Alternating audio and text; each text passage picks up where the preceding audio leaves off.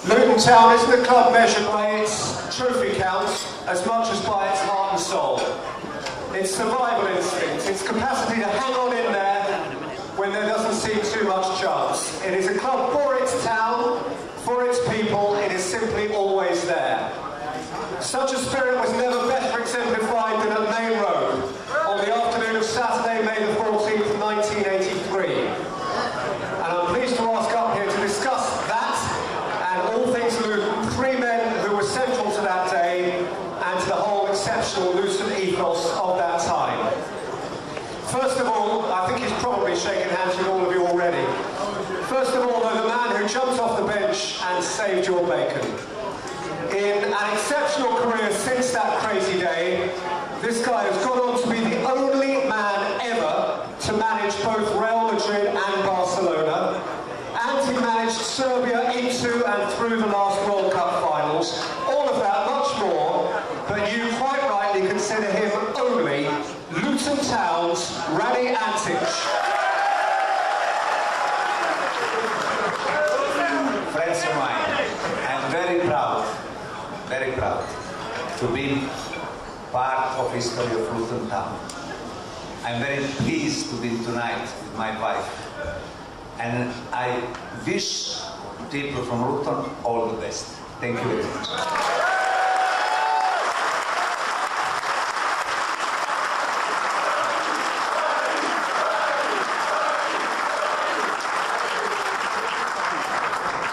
Now your captain, fantastic. A man who had already done years of service elsewhere when he came to Luton and drove that exceptional act of escapology. He was the manager's manager on the pitch and the first man to whom the manager ran when the final whistle blew. Soon after that famous day, he went north to begin his own exceptional career in management, to which David has already referred. And I'm not ashamed to say that as a student at Hull in those days, I spent Saturdays on the Boothbury Park terraces chanting his name. But for you, he will only ever be Luton Town's Brian Horton.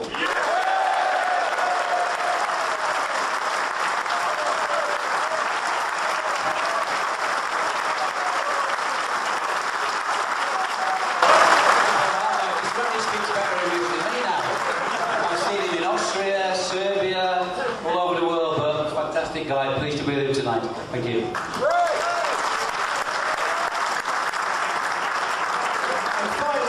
finally, someone whose knowledge of football and footballers, and I say this without fear of contradiction, having known him for quite a long time now, is unsurpassed anywhere in the land.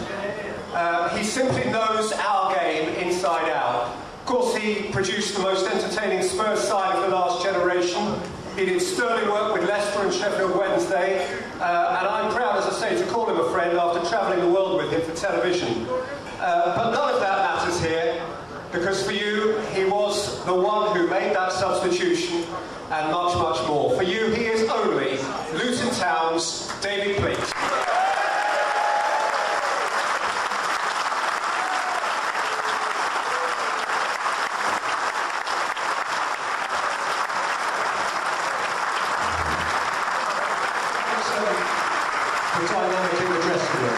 From your point of view, 5-3, never mind 5-5, 5-3, that Saturday afternoon in Manchester. Well, it was before that, as David said, that leading up to that week was unbelievable, because we thought we were safe after the Everton one and Man United one. And the Man United one, he pulled me on Sunday and said, which he used to have chats with me, and said, I'm going to play Gary Parker and Ray Daniel alongside you at Man United tomorrow night. And I said, do you know what midfield?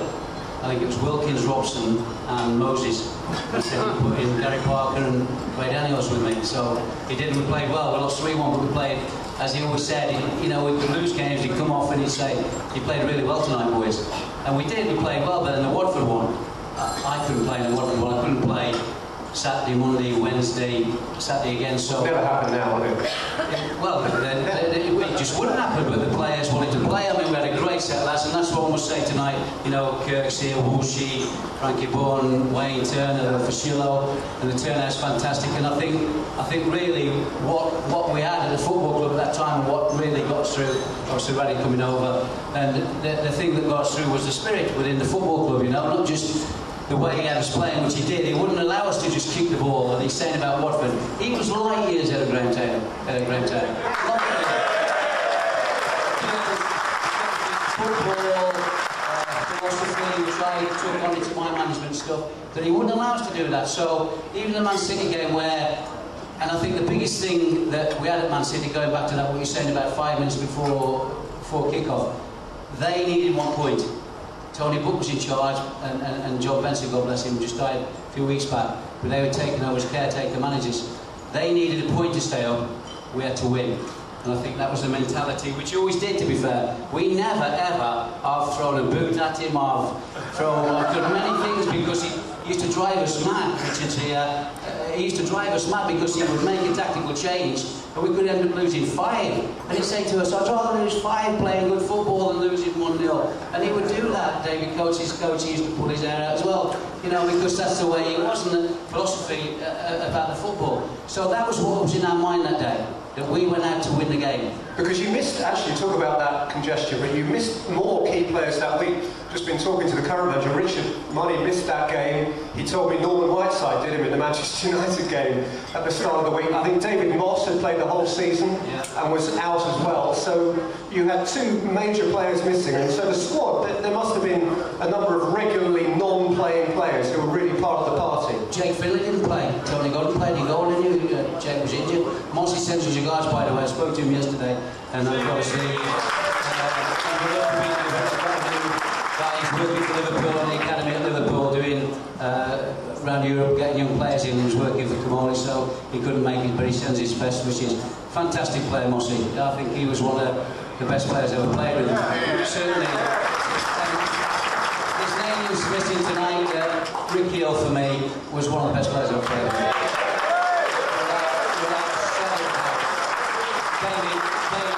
We worked the system when I came where we played 4-3-3 and we generally stuck at it, where I just sat in front of the back 4, and Ricky did my running for 3 years, let me tell you.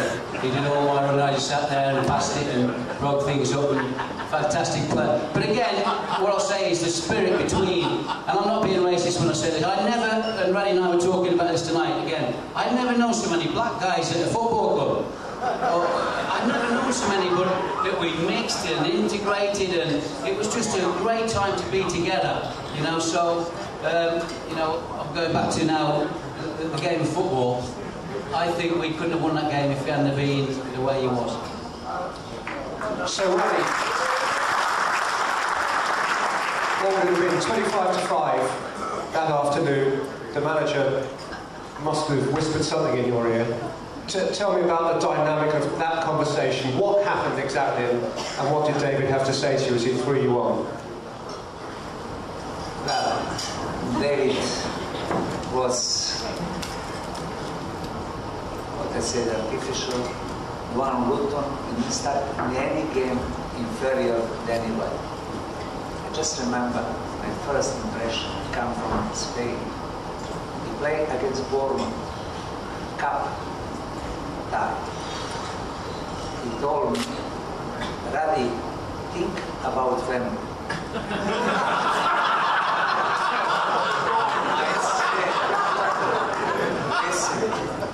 We just started the competition. That's our day. I never forget his words after the game. He told us, told all England. Raddy. Yeah, he played such good football all the season. We'll be very sad this team going down. He have also good words for Manchester City, but he said the bigger club, they are easier to recover from this. But they need 7 years to come back to first division. And what I think, I'm watching today here, I'm very pleased. Behind the one team is people. I remember David said, we never been inferior on Nadia, we never start any game thinking we will lose. No, we're going always to win the game.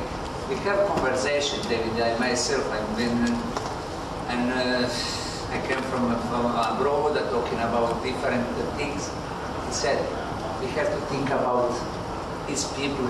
Every single game in the Canadian world is full house. That was very, very good.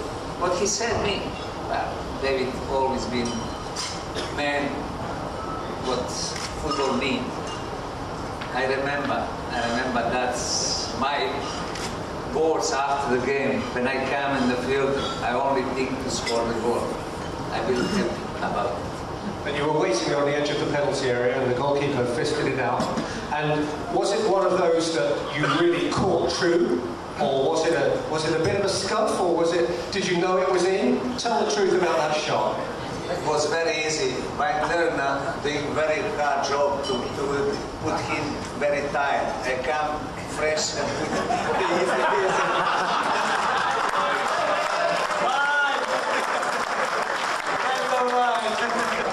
Wayne Turner, of course, the gentleman who was replaced by Raddy, certainly very, very well. Just 2 words more. We've been a big family, and tonight we still big family. Since I left Luton Town, I always in my heart have part of Luton Town.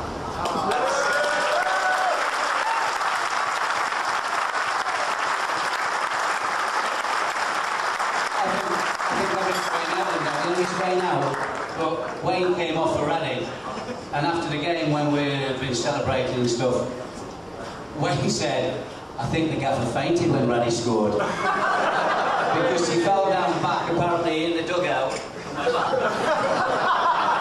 Wayne said, I think the gaffer fainted, you know. So we'll never know.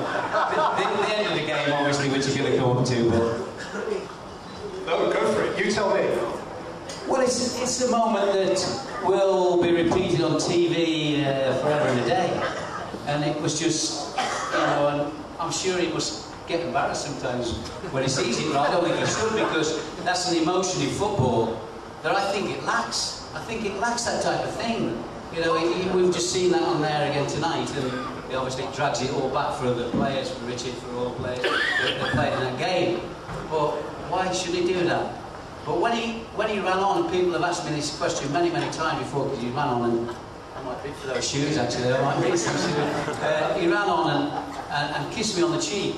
I'd signed a 2-year contract at that time. I come from Brighton for 2 years, and it was my last game, which doesn't happen in modern football now, where I've just been talking to George Pilkington, he's got another year left, he's a good player, George, and I'm really hoping that Richard gets him back up. I think he's got some good players. And David said, you can go in. He kissed me on the cheek and he said, you can go anywhere you want. And I said,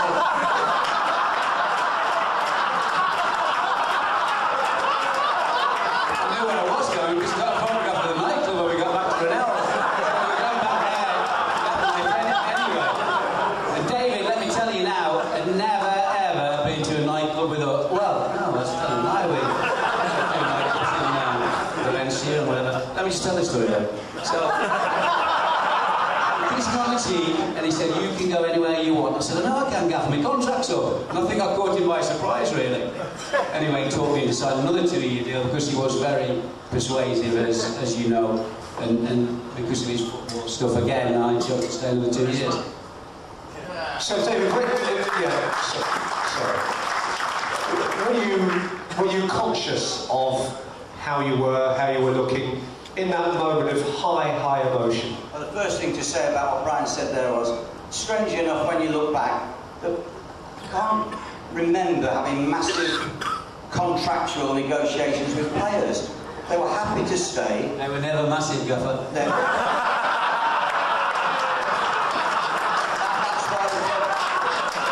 they were never massive. I was the tightest manager out, Richard Money will tell you.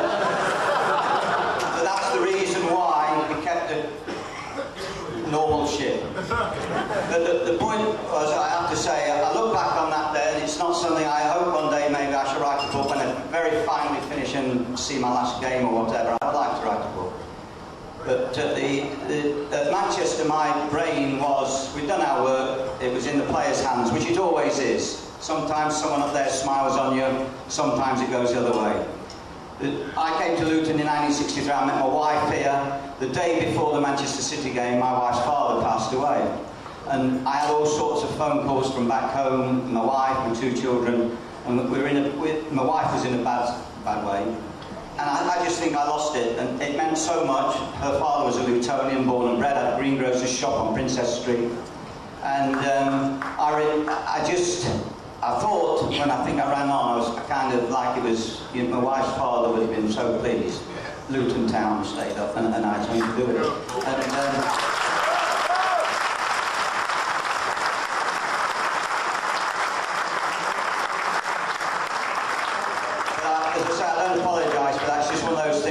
And, when a lot of people see me and say, oh, I remember you, you were the one that ran on at Manchester City. And I thought, you don't know half the story, pal. I was the one who got so much enjoyment for 9 years, the first 9 years out of Luton Town. That's what I was. That's what I got the enjoyment.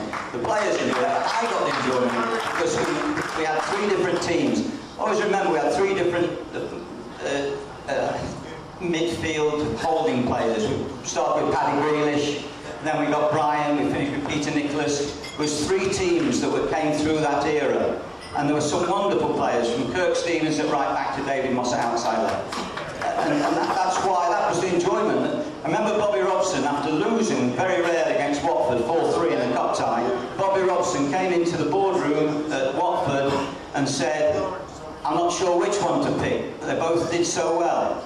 I said, play them both, Bob. He played Walsh and Steen, Paul's here tonight, against France, international players, and that silly Barry Davies gave him a bad call on the television and they hardly played again. I was always disappointed with that, but that's another story. But, you know, they gave me... February the 29th, 1984, ladies and gentlemen, a date you Lutonians will remember well as the only England game in which 2 Luton players started, so fantastic.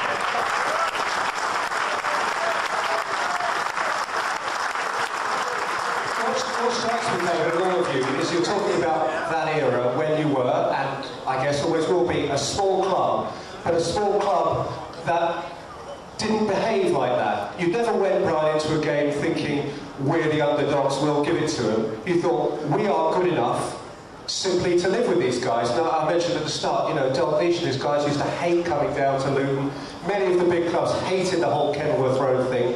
But it wasn't a siege mentality. You played football that matched the best. Well, that's what I'm saying. That's what I learned from him in those 3 years. You know, that's what he wanted to do. That's what he preached to us every day in training. I mean, you're talking about the Liverpool game, or one of the Liverpool games, 3-3 away, and I can see Kirk now, just right in front of me.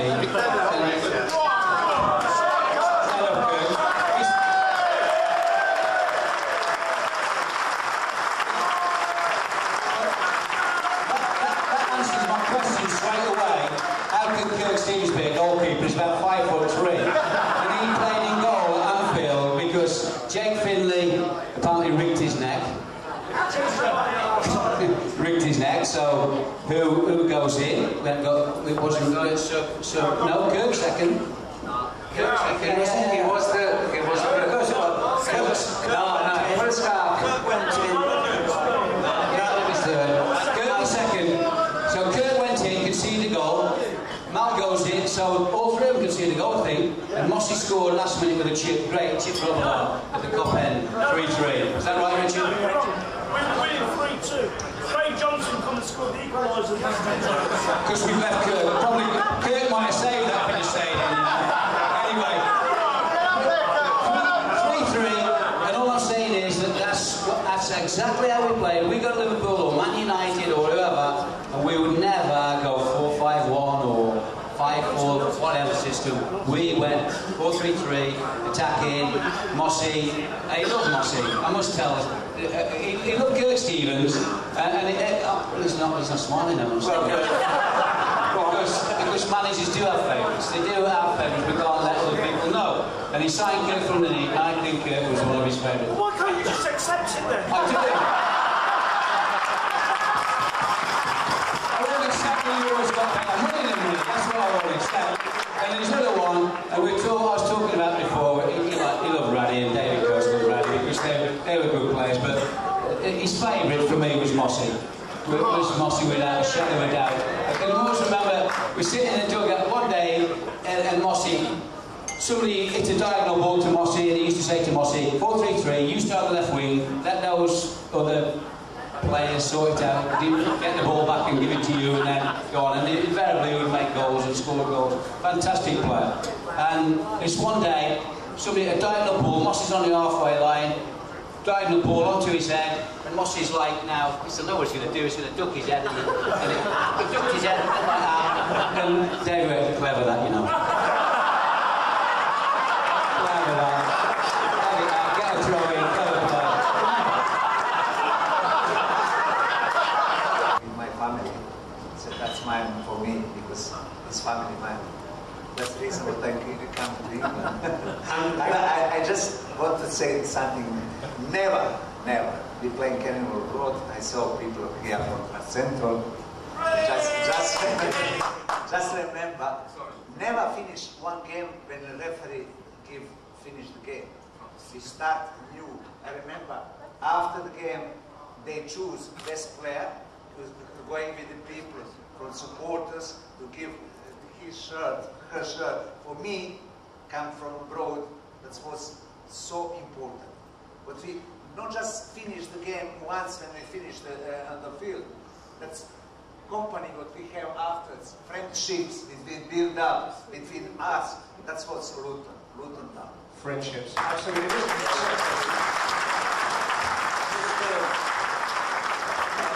Raddy doesn't know the very full story. We were looking for someone who would play football and come out from the back.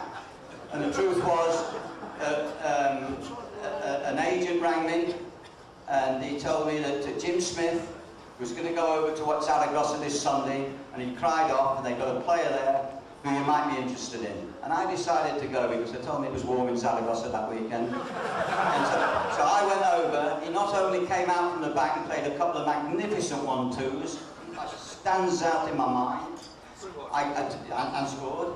The agent, the guy that took me over there, said, if you're interested, we can meet him. I went to meet him and his wife Vera after the game, and I thought, this is an upstanding gentleman. This is a type of man that would be a good character. And then so I started putting things in motion when I got back. When I got to the airport, there was a football magazine there, a Spanish football magazine. And on the front cover, there was a photo of Raddy. And I thought, that's a sign. I thought, I must sign this player. So when we got back here, and not only that, I'll tell you another story about Raddy, which is indicative of the man. We signed him, and the training was going to start whenever it was, July the 15th, whenever we started. And I got a phone call, and it was Raddy, starting, and he was saying, I got a big problem, we were motoring over, and they had an accident. I think it was in France, I'm not sure. And his daughter Anna got a cut her ear, I think it was, in this accident. And we've been detained for a couple of days in France. I'll be here as soon as I can. I thought, oh dear, I've made a mistake here. Guy's making excuses, you know what I mean? For sure, Raddy not only came over to England, nowadays the players are mollycoddled. You know, if you go to a big club now, the players have a financial advisor, a gardener, a butler, goodness knows what. It's a disgrace. This man came, he sorted his own housing out, he sorted his own family out, his children, his education, everything. He was intelligent, he was articulate, and that's why he became a great manager. And that's the story of Raddy. Apart from being so popular and being a wonderful footballer, he did something that English players now are just beginning to do. They call it the eyes. The commentators give it the eyes. He could look over there and play a disguised pass over through the eye of a needle. He had this tremendous vision, which some of our players in this country, well, they don't understand vision, but Raddy had it. Yes, and just two words. Share with you something, one of the best, my decision in my life to come to England. For me, 4 years in England, and since I'm left, I've always been in England, was modern university. I like English people, the way what you live. I learned a lot about the life, not just food, about the life. The English people, I have a lot of respect, especially for people working every day to win the life. And since I left Luton, I always said everywhere, I'm very proud to be with these people live 4 years together. For me, it was more than just play football. It was something what I try to now to my grandchildren show what is life about. Thank you very much, all of you.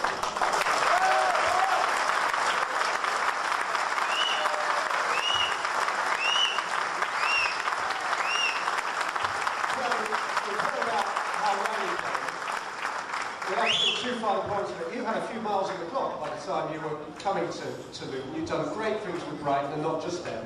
What attracted you to the Luton project? Well, I was 31, so coming in May, well, I played till I was 38 in the end, so not too bad. But I was 31, and new manager had taken over at Brighton, so I'd had sort of 5-6 years with Alan Murray, promotion, and he left and went to Charlton, and then David came in and did a deal with a part exchange with Tony Grealish, so he ended up with Paddy going to Brighton, me coming here. Alan Murray wanted me to go to Charlton with him. I had a phone call from Martin Cox, wanted me to go to Newcastle, starting the good things going up there. But once I spoke to him, it was just something about, and obviously, 31, you're doing your own work, aren't you? And it wasn't just the money, Kirk. Kirk's looking at me now. It wasn't just the money. It's because I've got a bit more than him. But he just intrigued me with what he wanted me to do, and he wanted me to come and be captain, and he wanted me to do it again. Ironically, the first game was Charlton, so I came to Luton, and the first game at home was against Charlton. It was against my old manager. And we beat them 3-0, we murdered them, we beat them 3-0. So then the next game we won at QPR, first ever game on the AstroTurf. So that was a memorable game, and we lost 4 games in that season. It's some doing, we lost 4 games in 46 games. It was incredible. We were up at Easter with about 8-9 games to go. We won the championship by about 18 points. But it was just magical on and off the field because we did mix together. We had some great times. Unbeknown to the guy. We're just talking tonight about it because he's not that much older, really. I knew where you were, but I didn't know the names. just little gems from him because Kirk and Wolves. Raddy used to get the boys. His wife sitting down there, and he used to come out for it. So Wednesday night was generally a night out with the lads and whatever. And I was like the older statesman, really, so the younger ones, and particularly him and Jake Finley, they were murdered. I mean, so Wednesday nights we used to have a night out in Dunstable, whatever. We used to get on the coach to go training from. Excuse me, sorry, let me just finish. So we used to get on the coach from Kenneth Road to go to Vauxhall. The coach was probably about, 20, 25 seater. And so this is now Thursday morning, where we'd had quite a good drink on Wednesday night. We used to get on the coach and we'd try to get the back, but the kids were at the back, so we'd invariably on the front. And the gaffer would always get on last, and he'd sit down at the front and he'd go, "First question, did you see the football last night?" No. He knew we didn't see the football on Wednesday night. He knew, and he used to say to us, "You don't have to tell me where you've been. People tell me where you've been." And he did. But it was such a good... I'm not saying that's the reason, the team spirit that we had on and off the field carried us. I was at a dinner with Paul Elliott, the Merino dinner for the LMA last week, which was a fantastic dinner. And Paul Elliott was there, and he's obviously doing the World Cup bid today, isn't he? He's been involved in the World Cup bid. So I had 5-10 minutes with him. Paul Elliott went, and a great deal he did with Walshy and Paul Elliott, bringing them to Luton both together. Fantastic piece of business. And Paul Elliott went Villa, Celtic, Chelsea, Barry, England. Unbelievable career. And you know what he said to me? The best 3 years of my life was Luton Town. I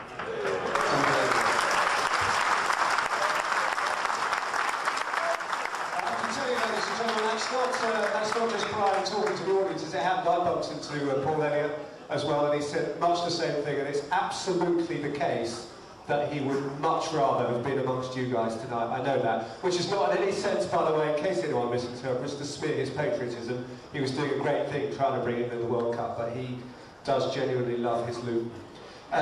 Sorry. Can one anecdote more?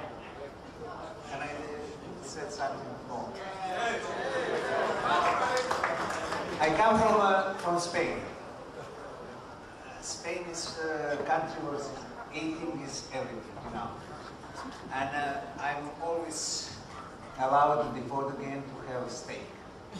Many of them eating beans or something like that, eggs or something like that. And they just start, everyone, taking the steak. The one day, come David, said, no more steaks, because bill is too high. It's a small club. So, he told me, Raddy, sir, Stanley Matthews, since Thursday to Saturday was vegetable. That's the reason why he played till 47 years.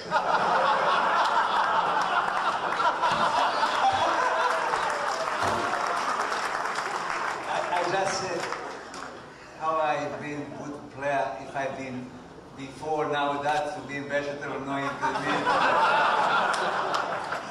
That's what's Luton Town. Really lovely.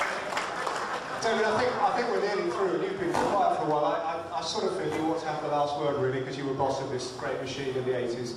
Just, you know, we've gone through the names, we've gone through Stevenson, Horton, and Donachie, and Hill, and Steen, and Walsh, and all those terrific players. And I just want to say that if you're out there thinking, why haven't I got a mention? Please don't feel unmentioned. The terrible risk of mentioning individuals is leaving some out. I know there have been many, you know, the players who play for Luton down the years. What would be your final word on that team, on the Luton ethos, on the Luton history? How would you sum the whole thing up? I think you've got to think more. We've concentrated tonight because it's easy to contact, and we've kept in touch, and that's the camaraderie. We've kept in touch with that, for want of a better word, that 80s group. As I said before, my pleasure has been the fact that so many people, Richard today, for example, is managing Luton Town, even Gary Parker, you wouldn't believe that, assistant at Celtic. They've all had a crack at, most of them have had a crack at coaching and management, and that means that they enjoy the environment. The environment at Luton, that was the thing, to make a kind of a situation where they can go out and express themselves without fear. There's too much fear in football nowadays. There's fear all round from the managers, which transmits to the players. The crowds want something now, not, you know, or yesterday, not even now. It's so difficult to get that feeling over. Go out there and express yourself. And even from the earlier days of Luton, from the great heroes of Luton, from my time that I remember, when I first met Alex Stock, for example, a wonderful man, Harry Haslam, a really funny man, and a dear man who also had the financial pressure of Luton, selling Andy King, Peter Anderson, being forced to sell them because we had no money. And we sold, and I say we, the club always sold from Malcolm MacDonald, 300,000 to Newcastle, and we just had some wonderful times. We never mentioned, of course, earlier on, I think, you know, we heard his song, Eric Morecambe, real funny man who used to, when I first started at Luton, I took the reserve team, and Eric used to come to the reserve games. I don't think he knew where the first team were playing that Saturday. But he used to come to the reserve games because it was convenient for Harpenden, and he was, you know, in some theatre in the south on that Saturday night. And I always remember Eric, there's some silly things that you learn from all the time, and then 20 years later it comes true. And he said to me once, he said, why don't you stand on a touchline and put a board up,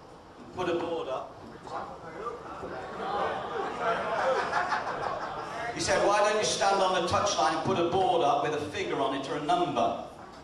20 years later they put a number up and the crowd clapped and someone gets substituted. He wanted me to put a number up at reserve games, and when that number went up, the players would be so tuned in they couldn't even count. But anyway, they'd be so tuned in that they'd know exactly what move to make next. That was their idea of football. And it was that kind of pleasant humour. You could speak to a director in you know, like that. And going on from Harry, you know, other promotions, you know, Joe Kinnear got a promotion, Mike Newell got a promotion. There's been so many good years, and you know, the memory of Luton, it's the perception of Luton across the board in football. Everyone in football was sad and felt the punishment for being demoted. It was unfair. Maybe they didn't know the full circumstances. It doesn't matter. But people up and down the country thought, that can't be. Luton is a proper football club. It has a reputation for playing football where it should be played.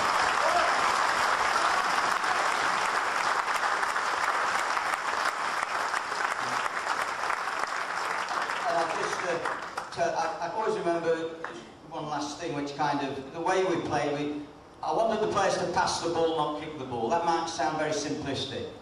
I didn't want the defenders to hit the front man too early. I wanted them to work the ball. If Kirk had the ball, for example, Ricky Hill had an idea where he would move to, and we'd be quite happy to play infield and play a wrist ball to Brian, who would probably ferry it to David Priest, and then it would go out towards Mossy. We would work the ball forward. Then we used to play those ugly teams like Watford. And teams didn't know how to play against Watford. I remember Bobby Ferguson, the manager of Ipswich for a brief spell, telling me how he was going to, on the Thursday, saying that we're about to play Watford in the cup time, how they were going to play. We're going to get at them, we're going to hit it long, and we'll pen them back and do that. I said, Bobby, play your football the Ipswich way, you can beat them, you can beat those long ball teams. And that was it. Luton Town represents a philosophy. The philosophy of Luton Town is to play football.